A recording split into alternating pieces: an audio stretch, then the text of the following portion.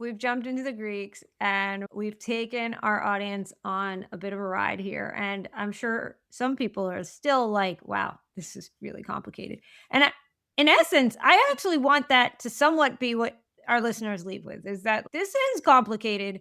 And you have been sold a bill of goods that tries to simplify what is inherently not simple. And I want your eyes to be open to that because that is what has always been my big thing with buffers is that look, I don't like them because I think they're inherently misused and sold in a package that's pretty, but doesn't actually capture the complexity. And because of that, you're setting yourself up for questions you can't answer Hmm. and a client experience that could be suboptimal. I want to leave our audience with a couple of things. The first thing is if you were evaluating buffers, if you're a financial advisor and you really like them, if they were to take a step back, what are the 3 or 4 questions that they should get in the habit of asking every time they evaluate a buffer? Yeah, your point that they're making simplifying assumptions and simplifying language to help people invest and feel comfortable. Mhm.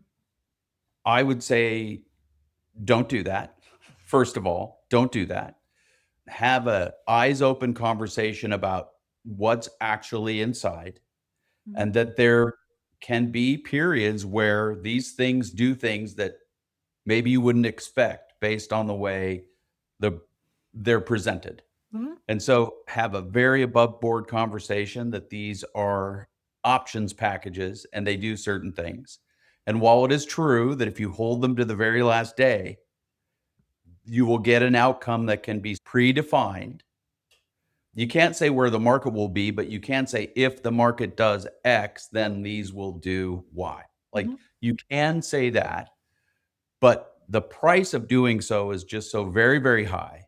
And there is a better way to do it, especially if you're in an instrument that provides you with daily liquidity. Why would you not take advantage of the ability to trade these and position yourself in something that gives you more of what you want instead of less, which is more downside protection, more upside participation, more intentional downside protection, more intentional upside participation. That would be what I would want people to be left with. This idea that they're simple and easy is not true. I'm reminded of, I don't know if you back in the day ever met with Jacobs Levy, Bruce Jacobs. He said something that has stayed with me for many, many years. He said, Eric, for every complex problem, there is a simple solution, and the simple solution is almost always wrong because complex problems require complex solutions. And that's really, if there's a pithy phrase for what we're trying to do here, it's we're trying to understand the complexity with math and tools that help us do it better. Yeah. I actually love that.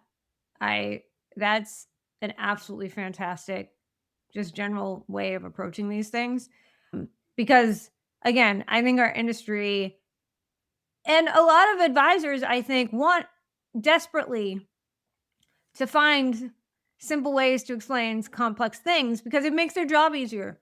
But I would implore advisors to think about the value they add here is in managing the complexities and being open about them because you don't have to go down the rabbit hole like we just did for the last hour of No, all of this conversation with your client, but you should have them understand that this is complex and that's why they hired you and give them some expectations of what the ride's going to feel like. And I think ultimately that's what advisors and their clients want. The reason people are so attracted to defined outcome is because it's defined. But the reality is everything every day in every minute that we live is completely unpredictable. It tends to go the way we think, but not always. And every aspect of your life is like that. And whether we're talking financial markets or we talk about just life in general, as much as we want so badly to understand like what's going to happen tomorrow or the next day or whatever.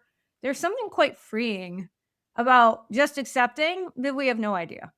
And Yeah, in a way, that's what we're doing here with buffered ETFs is for sure. in You know, reality, we're just accepting that like we have a general idea and there is a potential, we can have a defined outcome or we can do it better and give up that defined outcome knowing what the underlying return expectation is and what the ride will feel like.